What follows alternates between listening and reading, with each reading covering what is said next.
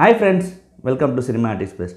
Cinema Artist Best வந்து பார்த்தீங்கன்னா முதல் முறையாக ஆக்டர் ஸ்டுடியோவோட இணைந்து ஒரு ஒர்க் ஷாப் நடத்த முயற்சிகள் மேற்கொண்டிருக்கோம். அதாவது வந்து ஜிஎம் சுந்தர் சார் அவர் தான் வந்து ஒர்க் ஷாப் நடத்துகிறார். நீங்கள் அவரை பற்றி உங்களுக்கு தெரியாதது கிடையாது. புன்னகை மன்னன் படத்தில் இன்ட்ரடியூஸ் ஆனவர். இப்போ ரீசெண்டாக சார்பேட்டா பரம்பரை வரைக்கும் அவரோட அதிகம் உங்களுக்கு தெரியும், இந்த மாதிரி நடிச்சிருந்தார் சொல்லிட்டு. ஸோ அவரும் சினிமா ஆர்டிஸ்ட் பெஸ்ட்டும் இணைந்து ஒரு ஒர்க் ஷாப் ஒன்று, ஆக்டிங் ஒர்க் ஷாப் ஒன்று நாங்கள் பண்ணுறோம். ஸோ டெஃபினட்டாக இன்ட்ரெஸ்ட் உள்ளவங்க தாராளமாக கலந்துக்குங்க. இங்கே வந்து அதோட டீட்டெயில்ஸ் போட்டிருங்க. ஸோ பார்த்துட்டு காண்டாக்ட் பண்ணுறவங்க டெஃபினட்டாக ஆஸ்பைரிங் ஆக்டர்ஸ் இருந்தீங்கன்னா, டெஃபினட்டாக அதை கற்றுக்கணும்னு நினச்சிங்கன்னா டெஃபினட்டாக நீங்கள் மறக்காமல் காண்டாக்ட் பண்ணி இந்த ஒர்க் ஷாப்பில் ஜாயின் பண்ணுங்கிறதுல நான் தெரிவிச்சுக்கிறேங்க. Hi friends, welcome to cinema artist best. Cinema artist பெஸ்ட்டில் இப்போ நான் பார்க்க போகிற திரைப்படம் என்னென்னா காட்ஸில்லா -1. திரைப்படம் வெளிநாடு 2023. இது வந்து ஒரு ஜப்பான் நாட்டு திரைப்படங்க. இந்த படத்தின் ரைட்டர் அண்ட் டைரக்டர் சொல்லி பார்த்தீங்கன்னா டகாஷி யாமசாக்கி. திரைப்படத்தில் நிறைய பேர் நடிச்சிருக்காங்க ரோல்ஸ். அதில் முக்கியமாக வந்து ரியோனோஸ்கோ காமிக்கி கோஷியா முதன்மை கதாபாத்திரம் பண்ணியிருக்காரு. சரிங்க, காட்ஸில்லா -1 என்ன மாதிரி கதைகளும் பார்ப்பாங்க. படத்தின் நாயகன் என்னென்னா கொய்ச்சி. வந்து பார்த்திங்கன்னா வேர்ல்டு வார் 2ஓட எண்டு ப்ரெசன்ஸ். அது 1945 உலக யுத்தம் 2 ஜப்பான் தோற்று போகுது. அந்த எண்டில் வந்து ஓஷோ ஐலாண்டில் வந்து பார்த்திங்கன்னா அவன் வந்து ஒரு ஃபயர் ஃபைட்டராக இருக்கான். அதான் வந்து பிளெயினில் வந்து பாம்பு போடுறவங்க பைலட்டாக இருக்கான். அங்கே என்ன ஆகுதுன்னு சொல்லி பார்த்தீங்கன்னா, அங்கே இருக்கிற ஐலாண்டில் திடீர்னு வந்து ஒரு காட்ஸில்லா வந்து அட்டாக் பண்ணுது. அப்போது எல்லோரும் ஓடி போய் ஒழிஞ்சிக்கிறாங்க. இவன் வந்து ஃபயர் ஃபைட்டராக இருக்கான், எப்படியா அங்கே இருக்கிற அந்த பிளெயினை வச்சு எப்படியாவது காட்ஸில்லா சுடுறான்றாங்க. இவன் பயந்துடுறான். அதில் நிறைய பேர் உயிர் போயிடுது. மறுபடியும் வந்து அவன் ஊருக்கு வரான்.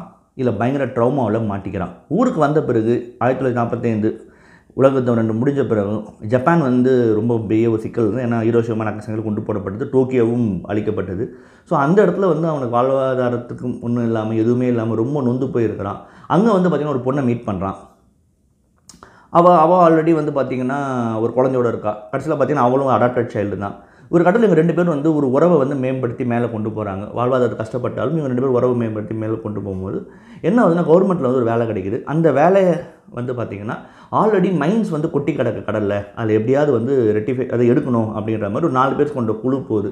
பட் உண்மையாக அது ஏன் பண்ணப்பட்டது அப்படின்னா, காட்ஸில்லான்ற ஒரு கிரியேச்சர் வந்து பார்த்திங்கன்னா மறுபடியும் மழை வர தொடங்குது. மறுபடியும்ன்றது இங்கே இவங்களுக்கு புதுசு, அவனுக்கு தான் மறுபடியும் தொடங்குது. அதை எப்படியாவது அழிக்கிறதுக்கான முயற்சிகளை கவர்மெண்ட் இறங்குது. ஒரு கட்டத்தில் கவர்மெண்ட்டே கைவிட்ட பிறகு இவனும் ஆல்ரெடி எக்ஸ் மிலிட்ரியாக இருந்தவங்க சேர்ந்து எப்படி காட்ஸில்லாவை அழிச்சாங்க, இவனோட ஃபேமிலிக்கு என்ன ஆச்சுன்றது தான் ஒட்டுமொத்த கதைகளுமேங்க. காட்ஸில்லா -1 பொறுத்த வரைக்கும் the biggest plus of this movie is first VFX. ஏன் அப்படின்னா ரொம்ப என்ன சொல்கிறதுங்க, அந்த காட்ஸில்லாவை வந்து ஒரு விஎஃப்எக்ஸ் கிரியேச்சராகவே நம்மளால் பார்க்க முடியல. அது ரொம்ப உண்மைத்தன்மை வாய்ந்ததாக இருக்குது. அது ரொம்ப பெரிய பலமாக நான் பார்க்குறேன். அதுதான் இந்த படத்தில் மிகப்பெரிய பலம். நிறைய விஎஃப்எக்ஸ் இருக்குது, படம் ஃபுல்லாக விஎஃப்எக்ஸ் தான். ஆனால் எதுவுமே தெரியல விஎஃப்எக்ஸ். மிக முக்கியமாக காட்ஸில்லா சுத்தமாக தெரியல. அது மிகப்பெரிய பலம். மற்ற காட்ஸில்லா மாதிரி இது இல்லை. அதெல்லாம் ரொம்ப சூப்பராக இவங்க வந்து அதை யோசிச்சு பண்ணியிருக்காங்க. அந்த டைம் அந்த வகையில் விஎஃப்எக்ஸ் தான் மிகப்பெரிய ப்ளஸ். அடுத்தது இந்த படத்தில் வந்து எமோஷ்னலாக அட்டாச் ஆகக்கூடிய கேரக்டர்ஸ், கதாநாயகன், கதாநாயகி, கதாநாயகனோட ஃப்ரெண்ட்ஸ், இவங்க எல்லா கேரக்டருமே ரொம்ப ஈஸியாக அட்டாச்சபிள் ஆக முடியுது. அட்டாச்சபிள் ஆக முடியறதுனால இந்த படத்தின் திரைக்கதை கொஞ்சம் வலுவிருந்தாலும் நடுவில் நம்மளால் இந்த கேரக்டர்ஸோட ஒன்ற முடியறதுனால நமக்கு அது பெருசாக தெரியல. ஸோ இது ஒரு ப்ளஸ். அண்ட் தென் இந்த படத்தில் வந்து ரசிகர்களே எதிர்பார்க்காத அளவுக்கு last 20 minutes out of the box ஒன்று பண்ணியிருப்பாங்க. சூப்பர், சும்மா கூஸ் பம்ப்ஸ் மூமெண்ட் தான். அந்த இடம்லாம் சும்மா பிச்சுக்கிச்சுன்னு சொல்லலாம். லாஸ்ட் 20 minutes வந்து அதெல்லாம் ரொம்ப கிளாஸாக பண்ணியிருந்தாங்கன்னு சொல்லணும். இந்த படத்தில் நடித்த நடிகை எல்லாமே நல்லா நடிச்சிருந்தாங்க. ஏன்னா ஆக்சுவலி இது மெயின் ஸ்ட்ரீம் ஃபிலிம் தான். பட் இந்த ஆங்கிளில் இருந்து சொன்னால் எப்படி அப்படின்ற மாதிரி தான் சொல்லப்பட்டிருக்கு. நடிகலாம் நடிச்சிருந்தாங்க. இந்த படத்தோட சினிமாட்டோகிராஃபி நல்லா இருந்தது, பிஜிஎம் ரொம்ப நல்லா இருந்தது, everything is fine this movie. டெக்னிக்கலாக ரொம்ப நல்லாவே பண்ணியிருந்தாங்க. ஸ்க்ரீன் பிளேவாக இன்னும் கொஞ்சம் மெனக்கெட்டுருக்கலாம். ஏன்னா நிறைய மெலோ ட்ராமா ஒரு பெரிய சிக்கலாக இருந்தது. பட் அதெல்லாம் கொஞ்சம் சரி பண்ணி நல்லா இருந்திருக்கும். பட் ஸ்டில் இருந்தும் என்ன அப்படின்னு சொல்லி பார்த்தீங்கன்னா, மறுபடியும் இந்த படத்தில் வந்து மிக முக்கியமாக வந்து உங்களுக்கு சொல்லணும்னா, நீங்கள் நிறைய காட்ஸில்லா ஃபிலிம்ஸ் பார்த்துருக்கலாம். அதாவது ஆனால் பழைய காட்ஸில் எத்தனை பேர் பார்த்துருப்பீங்கன்னு எனக்கு தெரியாது. இது வந்து அந்த கிளாசிக்கே மறுபடியும் ரெட்ரோவை ஓரளவுக்கு கொண்டு வரணுன்ற முயற்சியில் பண்ணாமல் தான் இருந்தது. ஏன்னா தேவை இப்போ இருக்கிற காட்ஸில்லா படங்களில் காட்ஸில்லா காங்னு பார்த்துட்டா இந்த படம் பிடிக்காது இப்போ இருக்கிறவங்களுக்கு. இது வந்து ஃபுல் அண்ட் ஃபுல் ஸ்டோரி ஓரியன்டாக கதை போகும். காட்ஸில்லா ஒரு 3 இடத்துல தான் வரும். உண்மையை சொல்லணும்னா 3 இடத்துல தான் காட்ஸில்லா ப்ரெசன்ஸ் இருக்கும் அந்த படத்தில். வேறு எங்கேயுமே ப்ரெசன்ஸ் இருக்காது. அது ரொம்ப அழகாக 4 இடத்துல அது ரொம்ப நேர்த்தியாக அழகாக பண்ணியிருந்தாங்க. ஒரு ஒரு மெயின் ஸ்ட்ரீம் ஃபிலிமாகவும் சரி, ஒரு எமோஷனல் கனெக்ட் ஃபிலிமாகவும் சரி, இந்த படம் வந்து நின்றுச்சுன்றது எனக்கு எந்த சந்தேகமும் கிடையாதுங்க.